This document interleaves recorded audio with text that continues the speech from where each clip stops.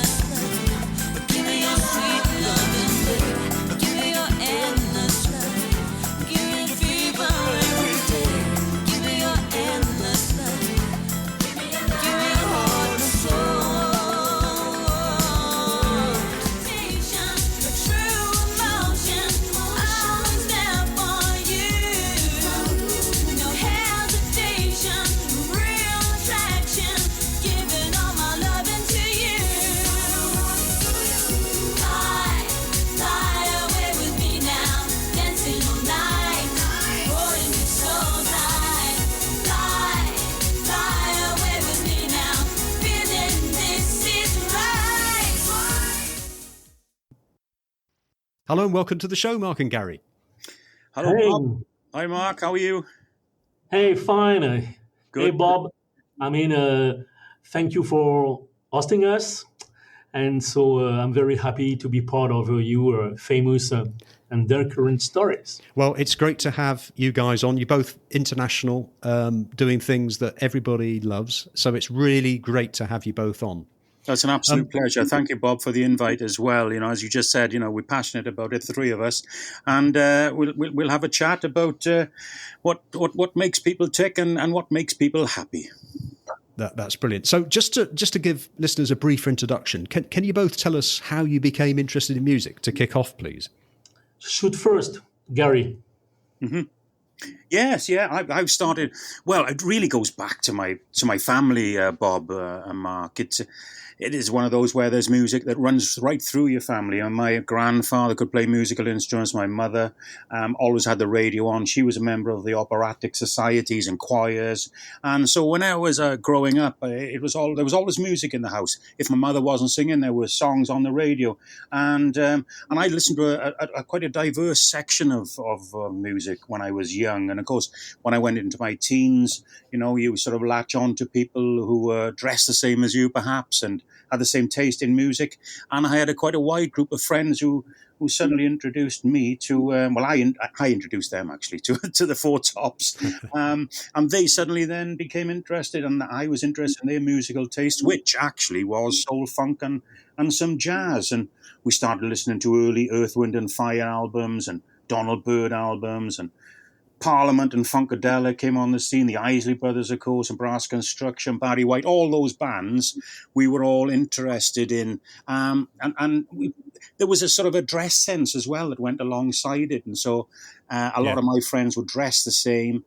And it was strange because back in those days, we took our lead from the New York scene, Philadelphia scene, where we had these big hats, I think, and these long leather coats. And we used to go off then to the soul bars, the soul clubs, and go and visit and attend all the soul gigs, as many as we can, right across the UK.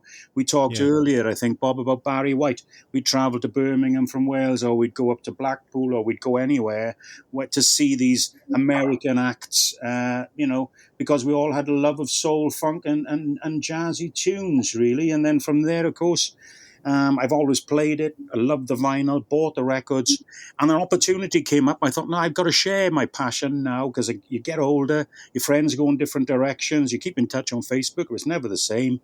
So I thought, I got to do a little bit more. So I got involved with Hospital Radio. They never had a soul show on there. So I thought, well, would you like a soul show? So I started that, and I had a great mentor in Paul Rees up there. And it's just gone from there, really. I mean, in terms of the radio, it's been absolutely fantastic for me, because, I'm sitting down in the house one day and I'm just doing Hospital Radio. Then, Sean Gallagher from Soul Power Radio invited me on to do a slot on a London station. And then Donnie Walker then from a station out in the States, WGLRO.com, he invited me on there. Sam Smith then, who knew Donnie, listened to my show, and it's just sort of snowballed from there, and that's where I am today, really, Bob. It's just been fantastic that I can still, continue with the passion that I've had since I was a young child. Yeah, it's really interesting that you've carried. I know we several shows ago we spoke about it, but for those listeners who didn't hear that original show, it's fantastic how you started off just getting into music and you've ended up presenting it internationally, I say, as well. Yes, and I was invited. I never went out looking for international radio stations. I was invited on to these stations, which is which I'm so humbled and honoured to be a part of. It's just grown from there. It's been fantastic, and the listeners have been wonderful. They love. I just play what I like, and what interests me, like the new music that Mark is producing. Yeah, that interests me. I love that, and I play what I like and I love. And it seems to me that there are a lot of people out there that actually like the same things as myself and can't get that sort of vibe anywhere else, or on many radio stations anyway, particularly and commercial stuff. And it's interesting. Obviously, I became friends with Mark through your show, which obviously plays Mark's music. So going on to Mark, how did you get into music?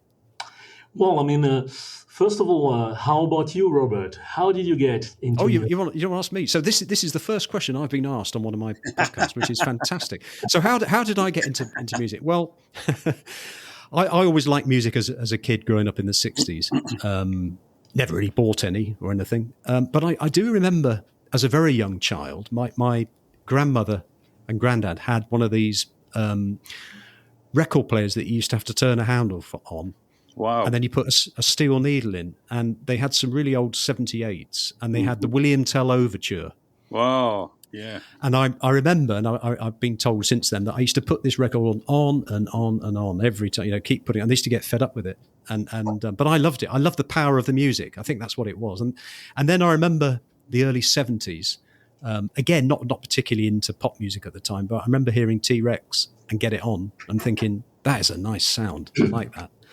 And then what happened after that is that my brother started taking violin lessons. And at about the same time, I thought, well, actually, I wouldn't mind playing some music. So I got a guitar. A friend tried to show me. So I then thought, well, I need to take this a bit more seriously. So I took some classical guitar lessons, believe it or not. And I had those for about 2 years. And then getting towards the end of probably about 18 months, my guitar teacher said to me, you're not really reading the music, are you? You're just remembering it and going on from there. Because I was basically very lazy. And that sort of came to an end. But it came to an end because I started wanting to play more electric music. And that's when I got my first electric guitar at about 14. And I thought, I really want to get into this. And it just came very naturally. I didn't have to work particularly hard at it. It's very interesting, Bob, because that's how you and I met. You're a very modest guitar player, and you had a great band which were doing covers of soul tracks. And I listened to that, and I played you on with the Top Hats and on my show, and that's how we actually met. That's right, Bianca and the Top Cats. Yes. Yeah. No, we played up until about 3 years ago, and with one thing or another, we'd sort of done what we did. We never actually finished, and there might be, some time ahead we might go again. But I'm actually going to play again in an electric band, Thin Lizzy, a Thin Lizzy tribute band. Oh, wow. Thin Lizzy were one of my favourite bands of all time, and so what great, to actually play it's fantastic.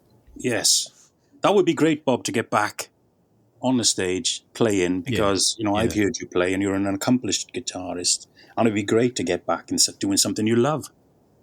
Thank you. Bit out of practice now, but I will get practicing again. So Mark, you're next. Yeah.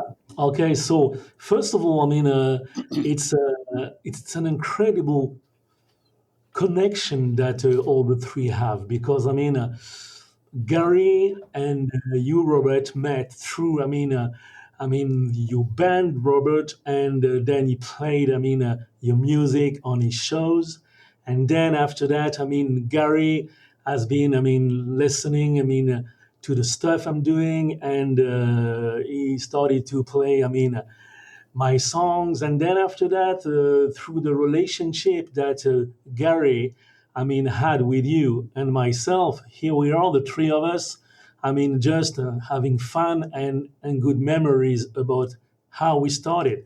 And this is really, something that doesn't happen, I would say most of the time. Three people from three different places in the world, in three different worlds, but the music is bringing us together.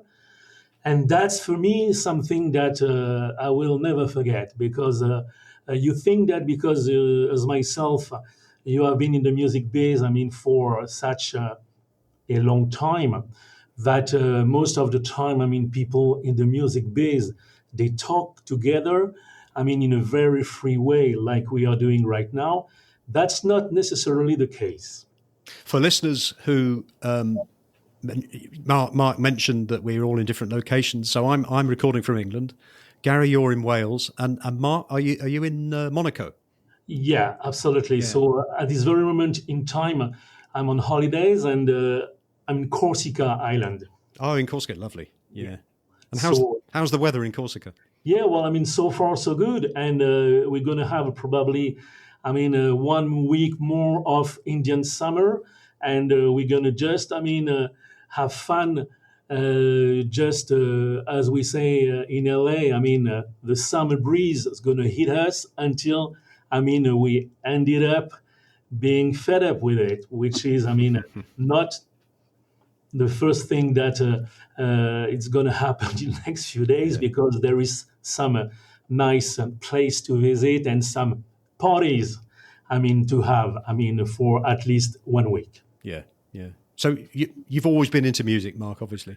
Yeah, so I started, my father raised me on gospel, Negro spiritual music, and jazz.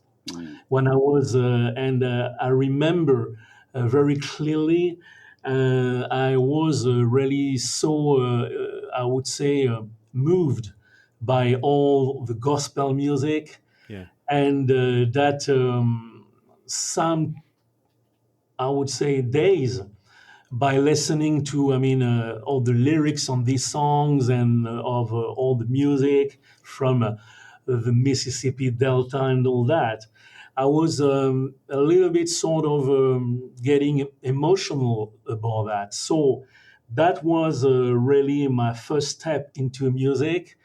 And then after that, I started to listen to all the great big bands like Benny Goodman, Glenn Miller, all these fantastic, big band jazz, players, Lionel Hampton and Louis Armstrong and all that. Yeah. And then that's where I decided that really what was really for me, as far as choosing an instrument, was the drums. Oh, right. Yeah. So I remember clearly at the house we had, fried pans and, I would say these sort of metal boxes and stuff like that. So I started to, put, these little thing on my bed, and then using, the folder that is inside all the vinyl to create different sound in between those, metal boxes, fry pans, and of course this folder that is doing some sort of sound. So I was feeling that I could hear the cymbal, the bass drum, and the snare. So basic. Sorry to interrupt you there. So basically, Mark, this was the beginning of your creation of music and finding sounds. Exactly. Wow. That's exactly it. So, and now you're going to relate later on to the fact that my ear for music, led me to become a music producer. Because I was really at the same time interested about the songs, the music as such, but at the same time the sound out of it. How can a big band like the Glenn Miller big band sound different than the Benny Goodman big band, the Duke Ellington big band, and how the drums are taking a great part in this, and how they were playing, different ways and different drum sets and stuff like that. Yeah. But that's where I really started. So then it's coming to the second part of it, which is I immediately felt that the rhythm was absolutely essential, but at the same time, the harmonies, the chords, and so the jazz chords, and at the same time, the melody of each tune that these big bands were playing. So I told my parents, I said, look, I would like to play piano. And so, and at the same time, I would like to have a little drum set. Yeah. They said, fantastic, but next week's going to be guitar, then the following week is going to be the trumpet, then the next following week is going to be the trombone. So they say, no. So it sounds like you're assembling a big band yourself there, Mark. Exactly. That was the whole idea, to be frankly honest. So basically they said, okay, we're going to do you a favor, you're going to play accordion. I said, accordion? Like the buttons, on the left side and the buttons on the right side. I said, no. Yeah. If I play accordion, I want to have the piano keys on the right side, like the bluesmen from the Mississippi, like Clifton Chenier. Oh. They were playing. Maybe you have been in touch with that kind of music back in the day. Yeah. But there was this guy with the accordion singing the blues with these keys on the right side and the buttons on the left side, and the other guy playing the washboard. Yes. So we made the deal. So I started to play accordion, and of course started to take lesson. And then, of course, when you take lesson on this instrument, there is two types of music that you play. Either you play, what is played still nowadays in the Paris Ganguette, which is, the kind of waltz, tango, paso doble, stuff like that, that are coming from South America. Either you play classical music. Yeah. And so most of the time it was, classical music. So finally I ended up, doing some contest at a very young age. And I finally, eventually won some cups, Wow. so to speak, like in soccer. And so at a very young age. And then that's where, after, a couple of years, I would say studying music, with this beautiful instrument, I say to myself, it's about time that I go back. I mean, from what I was really into at a very early age, which is drums. And Yeah. so that's where, I mean, I remember my first snare drum that I had for Christmas that my family offered me. It was, I mean, a snare drum from marching bands. So I mean, like with all the sparkle, I mean, on this Mm. blue sparkles and stuff like that. So I was so happy. I mean, so to have this to start with, and then after that, I've been carrying on. I mean, winning cups, playing classical music and some waltz and tangos and paso doble. I mean, so that my family was proud of me. Yeah, I bet I they mean, were. winning those cups. Yeah. And slowly by slowly, Christmas after Christmases, I finally got, I mean, a small, I mean, a second hand, I mean, a drum set. Yeah. And then that's where I started to, of course, like many of us, we were into the Rolling Stones, the Beatles, and all the soul music that was coming from US. And we started a band. I mean, I was at that time, I mean, 13 years old. And so we made contest playing, I mean, with my friends, and we were playing, everything that we were trying to get. Yeah. I mean, out of vinyls, and that's where I started really. I mean, to play this instrument, and then the second part.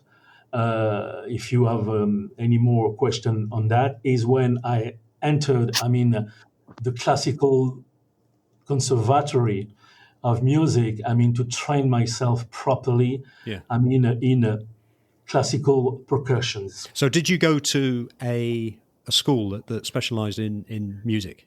Yes, I did. So basically, when I was after, having fun playing, in the cave, so to speak.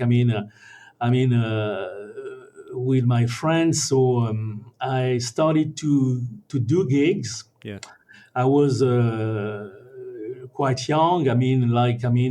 Any kind of, I would say, weddings, any kind of, in the summer, all the, I would say, events that you go for as a band, to play for the people, Yeah. because it's a special day. It's like, I would say, any kind of, for France, let's say 14th of July, in US 4th of July, 15th of August, because, of all the religious, events and stuff like that. And so I did, quite nicely. And at the end of this, I would say, these couple of years of doing that, as a youngster, one of the guy that was hiring me as a drummer say to me, "Hey, Mark, now it's about time for you to have a proper education in music. In the sense that I know you have been studying music, playing the accordion, but how about joining the classical conservatory of music, what we call in America the Juilliard School." Yeah. So I did it, and so here I am. At that time I was 15 years old, so I'm here with the director of this very famous classical school, and I said, "Okay, here I am. My name is Mark. I'm 15 years old, and I want to play piano." Everybody laughed. The director, the Seki, the teachers, and I say, "Well, did I say anything funny?" And he said, "Hey, sorry, but you too old. If you want to play piano, and you want to just be part of a classical conservatory, being trained in classical music, you have to start at 6 years old. Mm-hmm. Yeah. Okay, now you are 15, forget it. Mm. So for me, that was a key point in my life because I was totally rejected for the first time. I mean, in the music, so to speak, and I said, well, I mean, any other option? And there was, I mean, this old teacher, I mean, that was teaching big bass. And so he said, well, I mean, at your age, there is still a possibility, certainly not piano, but you can just enter the class, my class, to play big bass. Yeah. Or, When you say big bass, do you mean double bass? yes, Ah, double okay. bass, Yeah. Or I mean, you're gonna enter the class of classical percussion, which is everything about playing vibraphone, vibes. I mean, marimbas. I mean, snare drums. I mean, bass drums, timpani, Yeah. everything that you see in the philharmonic orchestra. Yeah. And I decided to go, of course, because of my love for drums, to go, I mean, and enter the class of this incredible teacher. I will always remember my first audition. I mean, was very simple. And he said, well, show me what you can do on a snare drum. So I did what I did.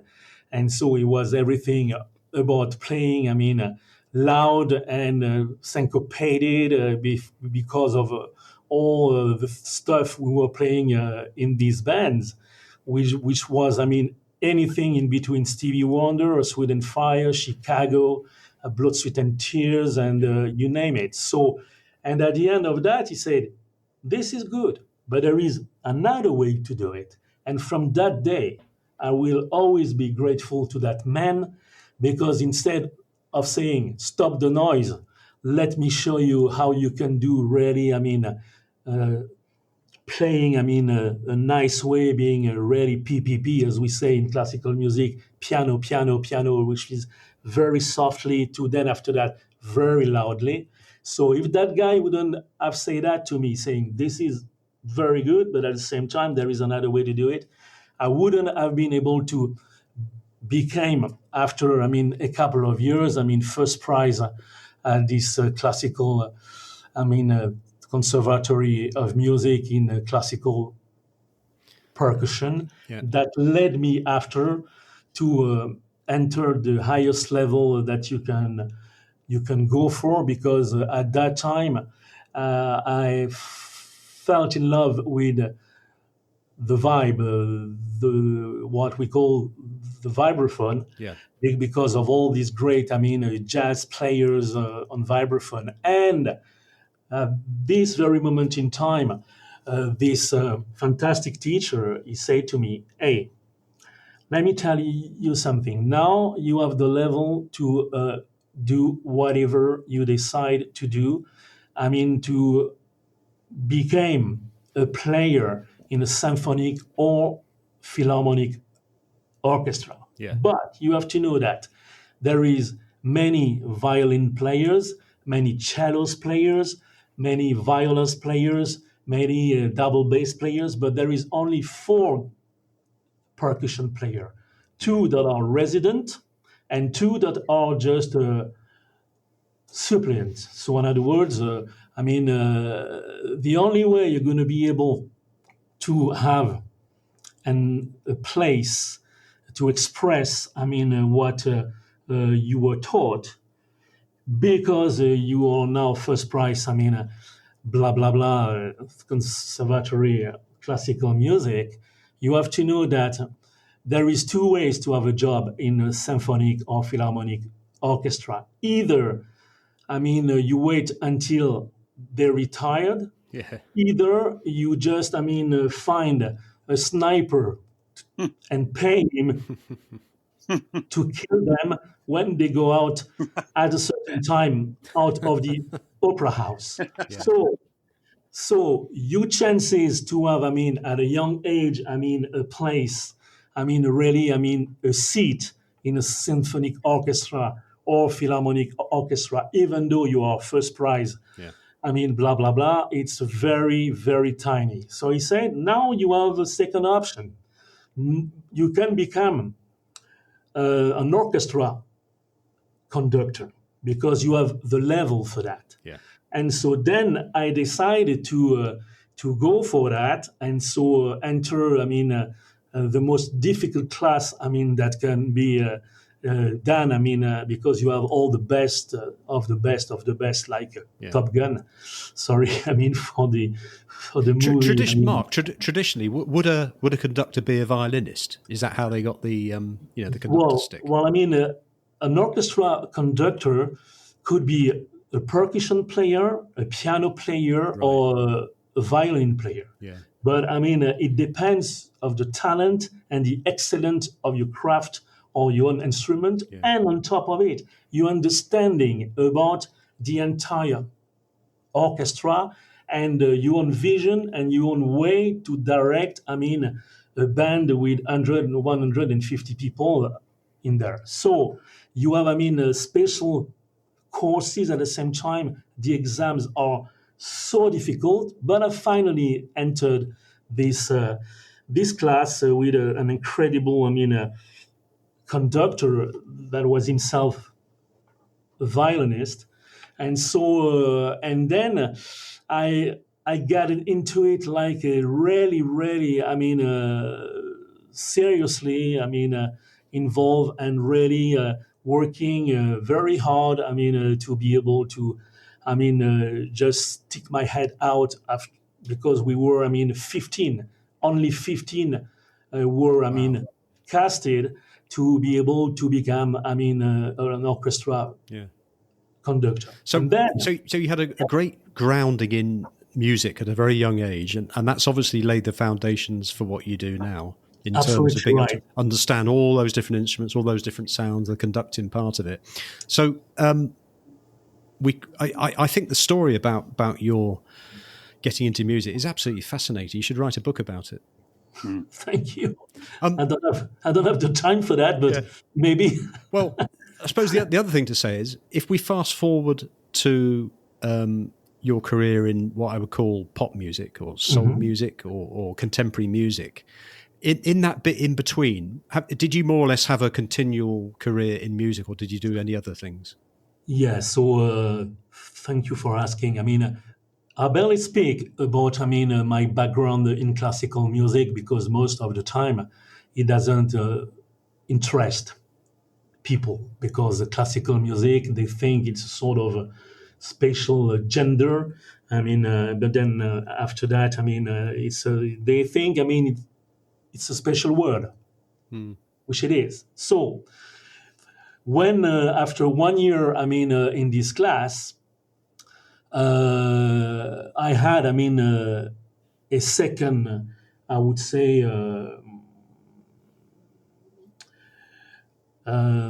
advice. Yeah. That was a fantastic advice from a great, great, great, orchestra conductor that came, to do a master class. And he said to me, "Hey, Mark, I see you." And he did say that only to me and two other guys. He said, "Hey, guys, your chance to become and have the chance to make a living as a young orchestra conductor is close to zero." You know why? Because, that was the time where the great orchestra conductor was Herbert from Karajan, or Lorin Maazel, Seiji Ozawa, you name it.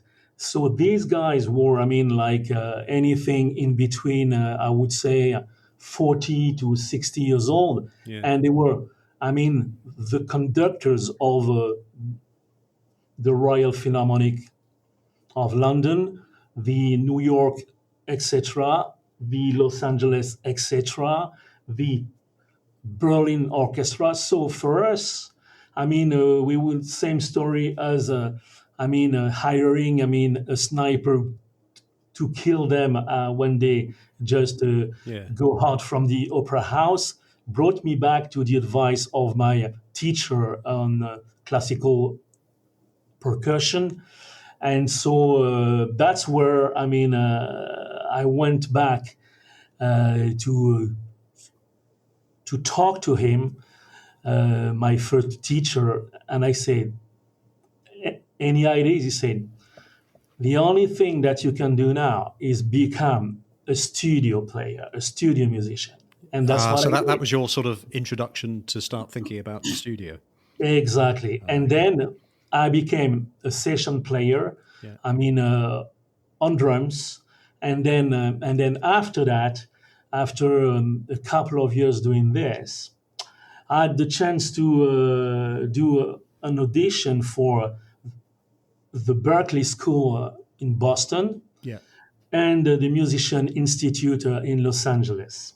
Wow. And so because I love the sun and I do prefer a nice weather like we have on the French Riviera or in Los Angeles, I decided after I was okay to be on board at the same time at Berklee School in Boston and at the same time, at the Musician Institute, I went to LA and I graduated happily, from this. And at the same time, I stayed, from I studied there, I stayed at the same time, started to teach myself with great mentors about composition, arranging, a pop orchestra, a jazz orchestra, and at the same time did a master at USC, University of Southern California,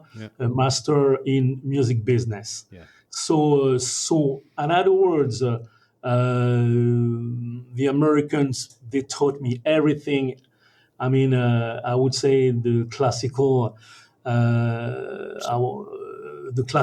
So your whole life has been in music. Of course. Yeah, that's fantastic. Of course. I never stopped. No. And so all my life I've been doing music. And after that, I had this funny thing to say. Here I am at the MI back in the day during the 80s. And so one of my teacher on drums, his name is Joe Porcaro, the father of Jeff, Mike, and Steve, the guys from Toto. Okay? Yeah. And so at that time, everything that I didn't learn in classical music studies, Musician Institute taught me. And so we were just, sight reading, all the charts from all the commercials and all the series, TV, like Hawaii Five-O, song theme and stuff like that. And that was the time, when the Toto guys, they got their 7 Grammy Awards with Toto 4 and the songs like Africa and Rosanna. Yeah. Okay. Yeah. And so after one course, Joe is saying, "Hey, Mark, can you stay a bit for 5 minutes? I have to say something to you." I said, "Yeah, of course." And he said, "Hey, look, what are you doing, for the weekend?" I said, "Well, just going back to the school and practicing and doing all the jam sessions at night."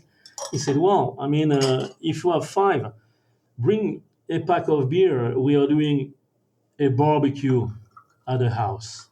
And so, because,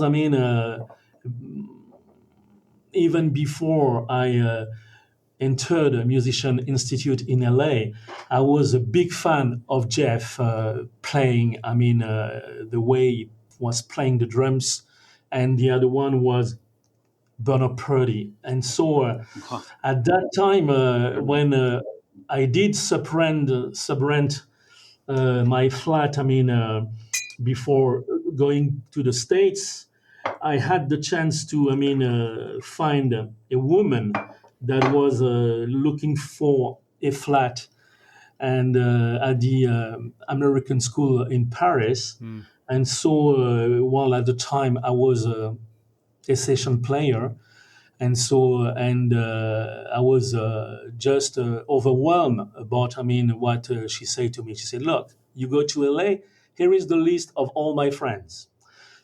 You contact them on my behalf because I'm now,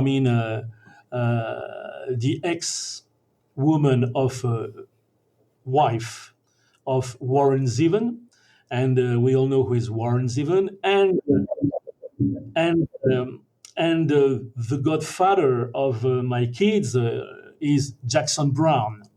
I say, "All right," and then she made me listen to the demo of the few songs that were already at the demo stage of the Toto 4 album, where there was notably, Africa and Rosanna. I was amazed. And she said, "You contact them." And on the list, there was Kenny Loggins, the Monkees, the Beach Boys. Yeah. All the guys, from LA, the people from Chicago and stuff like that. So when I did arrive to do, my studies at the Musician Institute, there was no way I would say, the courage, to just get in touch, on her behalf to all these celebrities that were, for most of them, really people that I was admiring.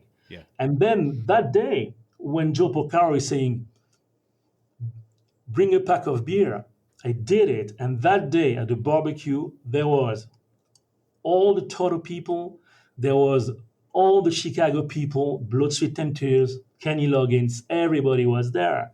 And so he didn't know the connection I had with Crystal Zevon. And that made my day when Jeff O'Carroll, he came to me, he said, "Hey, my father is telling me that you play good drums, and that when it's time to do the Rose on the Shuffle, that I played as on Rosanna, you are the best doing it. So that's the reason why you're here, and welcome to the LA Cats. And we are very happy if you need any help." And that was your introduction to these well-known people. Exactly. Fantastic. And then take it from there. After that, I started to gig in LA to do session work. And then it became, the story about, in America, the musician union is very strong. So if you are not in the union, they can, really, and it's not a joke, they can really, harm you, physically, so that you don't play if you are not in the union and paying the fee to be in. And so this is coming from back in the day, with all the prohibition in Chicago and stuff like that. And at the same time, I was on a tourist visa that was always, I would say, prorogated every time, but I needed to have a green card. So that's where, one of my Japanese girlfriend at that time say, "Well, my father is working for immigration. He can help you. If you want to stay in America and have your green card." And of course, the amount of money was tremendous. It was about 30,000 grand. And at the time, I was just a young musician, trying to make a living out of my craft. Yeah. And so I couldn't pay that kind of money. So I said, "Well, sorry, but I've, a chicken in the oven that I have to watch. So I'll be back in 5. Yeah. And so, of course, I never came back to this lawyer. And so, and then after that, through, all these, I would say, encountering of people, we finally,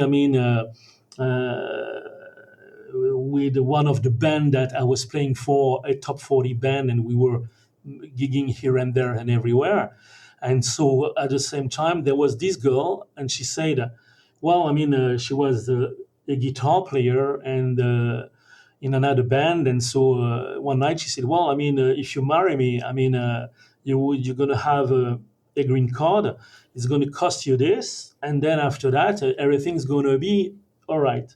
So I thought about it because I said to myself, wow, I mean, that's a great opportunity. But at the same time, because I'm a man of heart, I mean, and as a French American, so to speak, I mean, and the French side of my life, I mean, and my roots and my education, I'm a man of heart. So for me, it was not possible to just marry an American woman just for the papers. No. And that's where, I mean, after a couple of years, I mean, it was not possible for me to be what we call in America being a triple scale, I mean, 4 scale, 5 scale, because the better you are and the most, I would say, success you have in a job you do, I mean, as a session player or, I mean, a stage musician. Yeah. Then after that, you go upscale, and then after that, you are paid much more, but you have to be American or at least have a green card. Yeah. Yeah. So, and then of course, I mean, my friends, even though they were great, I mean, people, very nice to me from day one, and for most of them, notoriety people or celebrities, they say, Mark, we cannot help you to have better gigs or better studio session because, I mean, you don't have your green card. And then all of a sudden, what is happening? Very simple. One day, there is this guy, a bass player. I mean, after I was myself graduated, I mean, from Musician Institute, is coming from Switzerland, and there is a TV company that want to do a documentary on this, I would say, very talented bass player that is entering Musician Institute course. And so they are asking me in a very simple way, say, well, you speak both languages. Would you be, I mean, our guide, I mean, into the Musician Institute, where after graduating, I became a counselor for students. That was a way for me to have some money on a month basis. I was, after being a student, I was a counselor, which means, I mean, you help the other students to understand the master classes of the main teachers. I did that for these TV people. And after that, when it was time for me to leave America because of no green card, as I explained before, I was hired, I mean, when I arrived back, I mean, in Paris, the same week I arrived there, I had two options, carry on doing session work or, I mean, finding another way. And this other way came to me by having these TV people from Switzerland, I mean, told, I mean, a management company that were discovering talents all through Switzerland. They say, this guy is great. I mean, you should really hire that guy because he has ears. He has really, I mean, some kind of vision. And then here I am in Geneva, I mean, working, I mean, as a talent scout, I mean, discovering, I mean, talents in Switzerland. Yeah. And that's where, I mean, really, I mean, it started for me. And I'm proud to say that with our team, we discovered, I mean, Stefan Eicher, we discovered the band Yellow, we discovered another band that was, the name of the band was the band Double, and that had a hit at that time that was named Captain of the Heart. And so here I am, and encountering musicians there.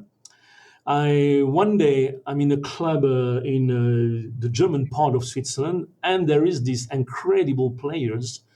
I mean, and so I say, these guys, they really smoke. And I say, well, I mean, let's talk to them. And I say, look, I'm here to discover, I mean, new talents, but I was really, I mean, totally framed about, I mean, your music.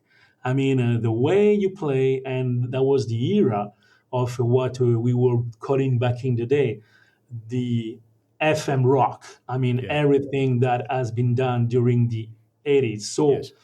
and then that's where, I mean, to answer your question in a very simple way,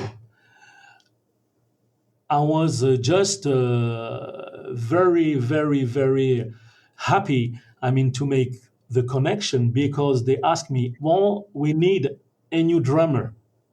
And I said, fine, I'm free. I can really do the audition, no problem. And at the same time, that's where this is the starting point when I entered this band that I was hired in the band not only as a drummer, but to do all the music production Yeah. with the guitar player and the keyboard player. And I guess Yeah. your huge experience of orchestras and the different instruments you play enables you to actually be able to produce a huge number of instruments because you know where the drums are coming from, you know where the rhythm, and you mentioned earlier on about spotting Yeah. the rhythm and the melody and everything. I find that fascinating. Yeah, and at the same time, it came back to me because of back in the day when I was a kid, after listening to all the big bands, I mean, and trying to find how everything is orchestrated. When my father made me listen to the music of Quincy Jones, Yeah. I mean, if I am a music producer today, it's because of Q. He Yeah. has been my mentor, and he still is. And we are friends now in the music biz, and so is the guy that really set on this special vinyl. I mean, of all the music that Quincy was doing. I mean, at that time for TV series, for movies and stuff like that. And that's where, when I did listen, I mean, to this vinyl when I was a youngster, that I say one day I will be a music producer like you. Entering this band that was called Mapo. I mean, we at that time we ended up second in the chart in all over Europe after Madonna. Oh, wow. At that time, when Madonna had his hit, Yeah. Papa Don't Preach, Oh, if yeah, you yeah. remember it. About 1986. Yes, exactly, 1986. Yeah. And we ended up to be the opening band for the European tour for Rod Stewart. Oh, wow. That's what we did. Yeah. And then, I mean, well, after that, I mean, it's another story that I will be more than happy to talk about. I mean, in another time. But really, I mean, this is, I mean, from I would say, from the accordion to the music production. And then after that, it has been a fantastic ride ever since. I mean, working for so many people and with so many people. Yeah. And so, now, I mean, this is the part of it that we're going to talk about is about 2.5 years ago, I was just working for others as a chameleon, as a mercenary in any kind of gender. So it could be doing only the beats or only the string arrangements, or I mean, playing only the keyboard or the guitar or whatever, Yes. because and or do the entire stuff. And so I had friends, I mean, in the music biz, and not only in the music biz, that was saying, "Hey, Mark, I mean, it's about time for you to do your own stuff." But I mean, that's for me. I've been hearing that since more than 20 years. But, So you only really started doing your own stuff a couple of years ago?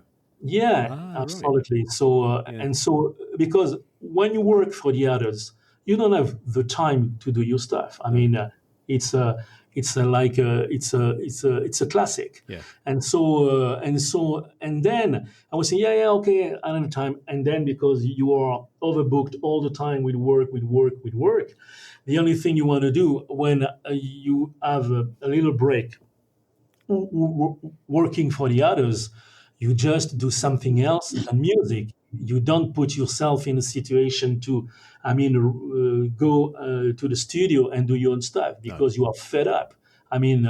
About music because you work for the others all the time. Yeah. So, if there is something you don't want to do for you, is that when you take a little break, you just want to have fun doing, anything else than music. Yeah. And then 2 years and a half ago, my wife, she said, in a very simple way, she said, well, if you're not going to do it now, after all your friends in the biz or not in the music biz necessarily, I've been saying, I think there is maybe a good reason now for you to do, something for you because I have a cancer. I said, seriously? Are you telling me you have? Yes. And she said, I have a bad one. So you better be fast and make the family proud with your own stuff. How about that? So, and then all of a sudden, I realized that, all my life went like a glimpse, in the sky, so fast since what I just spoke about. And thank you for having listening to it. I really appreciate it to the fullest because I barely speak about my life as a musician and how it started, and at the same time I'm glad to just share it with you guys that are in the music on the, I would say, the clever and funny and I would say the most interested part of the music, which is the creativity and not necessarily the business. Yeah. So I started to write Let's Feel the Night. I found a nickname, Never Sleep Boy, aka NSB, that is perfect for me because I never sleeps because I work so much. So Never Sleep Boy. Yeah, absolutely. Yeah. And then that's where, Garry, the incredible golden ear man, discovered Let's Feel the Night, the first track that he played. And so, I did everything myself for one simple reason. First of all, when you start a personal project, you don't ask, your friends in the biz to just,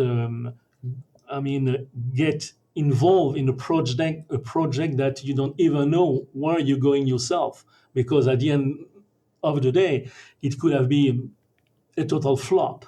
Okay, so, and I was not expecting anything, but I did it to just say to my wife, all right, I'm going to be there, and my music, whatever is going to happen, in our lives, you will have memories, if worse comes to worse. And I started to do Let's Feel the Night. I was really devastated when I started to write that song, but I say to myself, instead of doing what the other artists are doing most of the time in these circumstances or any kind of circumstances in life, saying, okay, I'm going to just write a song talking about my suffering. No. It's not for me that.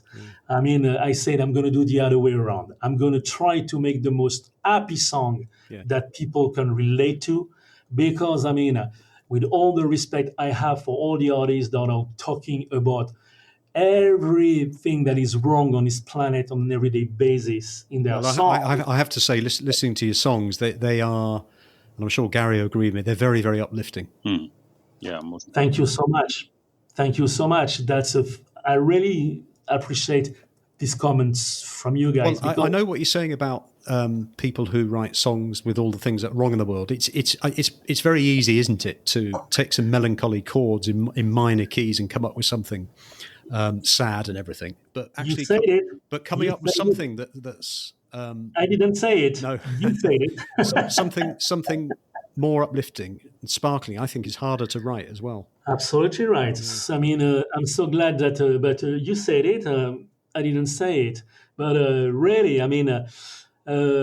my point of view, and it's only my point of view, right, is very simple. You watch the news, It's a disaster in the world. You just, open the news. You read the newspaper. You open, any kind of, I would say now, social medias or stuff. It's always about what's wrong. Yes. For me, it's the other way around. Let's talk about what is great in life. Yeah. To be just alive, Mm-hmm. to be in a country that is not a war, that we can have fun. We can buy, a bottle of wine if we want, Or a glass of whiskey. exactly. And that's what Or made me, sorry, Mark, to cut across you, but that's what made me pay attention to your music, really. I spoke earlier on about some of the artists that I loved back in the day, and I still do love them, obviously, people like Earth, Wind and Fire, the Four Tops. And what grabbed me with your music was the positivity of it. There was a nod back to those days, but there was a freshness about it. There was a happiness about it. And that's what sort of drew me into it, because I thought, this is lively, this is fun, I feel happy, but it's pure quality. And you would bring unknown artists like Elisa B and other people onto your tracks. We'd never heard them before, but I felt as if they'd been around for 30 years. And it's uplifting. Thank you so much. I really, that's the most, I would say, touching compliment that I have. Because in the real music industry, in this, crazy music biz, they never say thank you. No. Okay, No. so they never say it's good. Well, they will if you pay them. No, I'm sure, Gary, you've probably received many positive comments, I would have thought, about the music that's come back to you after your soul show. I would have thought. Yes, and with Mark as well, the positiveness of Mark's music, and the thing I have to get across is it's the diversity of Mark's music and Never Sleep Boy, because you don't know what's coming next. You're excited about what's coming next, because it's not going to be a soul track. The next one's going to be a funk track. And then the next one, he throws a curveball with 1 a.m. because that was a house track. So, and absolute pure quality. And this is what makes it so exciting, so uplifting. You're talking about the accordion. The links between all of us are absolutely amazing. Because my grandfather could play the accordion, but he had his left hand. He had a machine accident. He took all his 4 fingers off, and he had 1 thumb on his left hand. But he bought an accordion, and the keyboards were on the right hand side, and he only had a thumb on his left hand. But he could play the accordion like nobody else and play the harmonica at the same time. It's unbelievable, really, But he would only do that around the pubs. Mark, can you just tell us a little bit about the process of how you go about writing a song? Oh, okay. Thank you for asking. So basically, there is no recipe.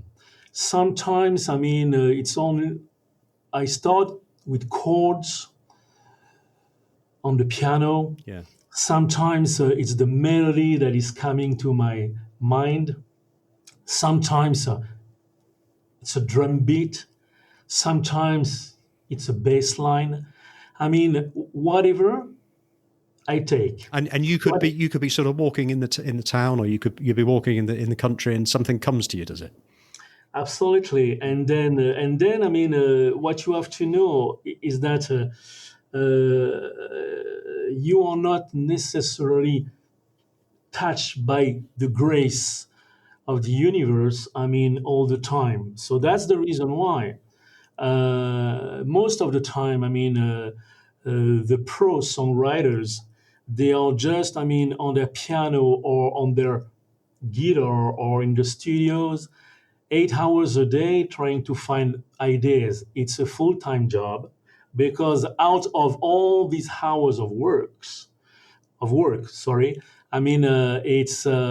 might happen that something is happening. But I must say, for the first ever time, in my life, because of the health situation of my wife, everything came up in such of if I was just struck by a universal I would say creativity. So the song came to you rather than you looking for the song. Exactly. So most of the time you work hard to just write a song, produce it, do this and that, and find ideas, and you carry on, and then you exchange with all the other people in the team, if that's the case. But this time, because I think that the suffering of just thinking about that I could lose my wife. For some reason, everything came like, light speed. Okay, it was just, a process that most of the time it's a fucking boring process, but this time it was a very happy and fun process because I did it, really quick. After that, the production took me some time because I like my mentor Quincy and all the others that have been really teaching me by listening to them. Then I take the time for every piece of sound, every instrument, every way the instrument is recorded, and after that is, I would say, EQ'd, compressed, mixed, and stuff like that. That's, to make a long story short, and we will talk happily, about the 10 years in London. Basically, I I was raised on classical music, and as what you heard, because of my father, then taught myself, like a self-taught man in music. Then after that went to really studying the music. And then the two countries that made me the person I am today is UK and US. UK taught me everything US didn't, and US taught me everything UK didn't. Yeah. So that's why I'm a really sort of citizen in the world as a human being, but at the same time, more than anything else, I'm so grateful that United Kingdom really, the Brits, you guys, you taught me really everything I needed to know about music, and I'm so happy that. The Yankees, the US, side, taught me everything I needed to know. So that's the reason why my sound is everything in between. Yeah. What I can do, and as you mentioned, Gary yourself, then there is maybe a little bit of the French touch in between those two. Yeah. US. And what have you got any new projects coming up at all? Yeah, well, of course, it's an ongoing process. But now, I'm already glad that I've been able to propel to the world. 5 singles that are so different. As Gary said, but at the same time, with the same, I would say, sound in the production that is recognizable. Yeah. Well, what we'll do, we'll put all the details of the songs on the show notes, Mark. And where can people contact you? Where can they reach out to you? Well, first of all, as far as Never Sleep Boy, there is the website, neversleepboy.com. Yeah. Okay. Then, of course, the Facebook, Twitter, Instagram for Never Sleep Boy, and I have another page for Mark SevenV. And to explain quickly for the people, Never Sleep Boy is when I'm writing the song, singing them, producing them, mixing them, mastering them, marketing them with my team. Yeah. So, and Mark SevenV is the same thing, apart that, I'm doing everything, but the singers or Elizabeth or David S. or whoever is going to come next. Yeah. So Mark SevenV is really everything that has to do about featuring artists, and Never Sleep Boy is everything that I'm doing myself. as an artist. Well, that's great. Well, it's been a fantastic conversation with you, Mark, and Garry. Thank you.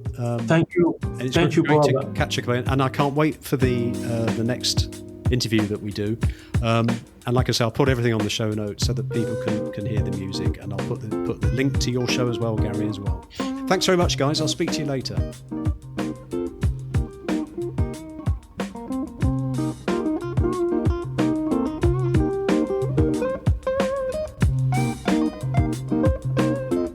You have been listening to Undercurrent Stories. I hope you enjoyed this episode. Please feel free to share the show link to your friends and family, and if you have 60 seconds, I will be most grateful if you would please rate and review. To hear more episodes, please subscribe to the show and visit undercurrentstories.com. If you leave your email in the link, we will notify you as soon as new episodes are released. Also, check out our social media links, details of which can be found on the show notes. Until next time, this is Bob Wells wishing you all the very best.